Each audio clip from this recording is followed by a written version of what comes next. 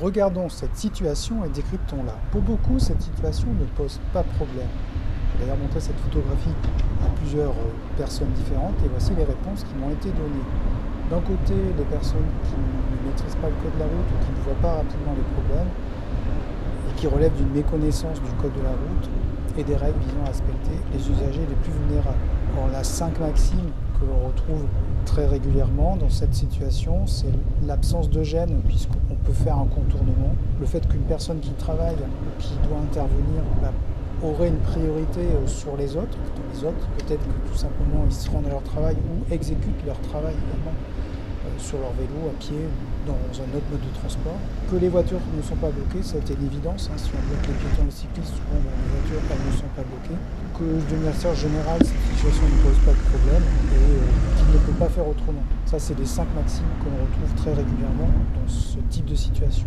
Après, d'autres personnes ont un regard un peu plus informé, en tout cas un peu plus réaliste, qui voient que les cyclistes sont bloqués dans leur déplacement, que les piétons ne voient pas les vélos qui arrivent, donc il y a forcément une situation délicate et qui donc peuvent donc entrer en collision.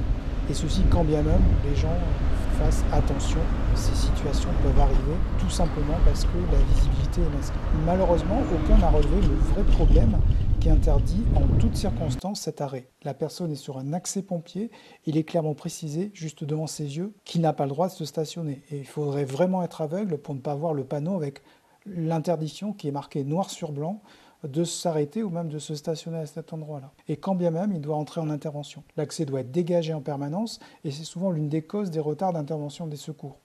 Alors on a l'impression que ça ne pose pas de problème parce qu'il va pouvoir se dégager, allumer son moteur et se pousser. Mais supposons que son moteur ne redémarre pas, il bloque totalement l'accès. Cette situation ne doit pas se produire. D'ailleurs, l'article R417.11 du Code de la route précise clairement cette interdiction de stationnement.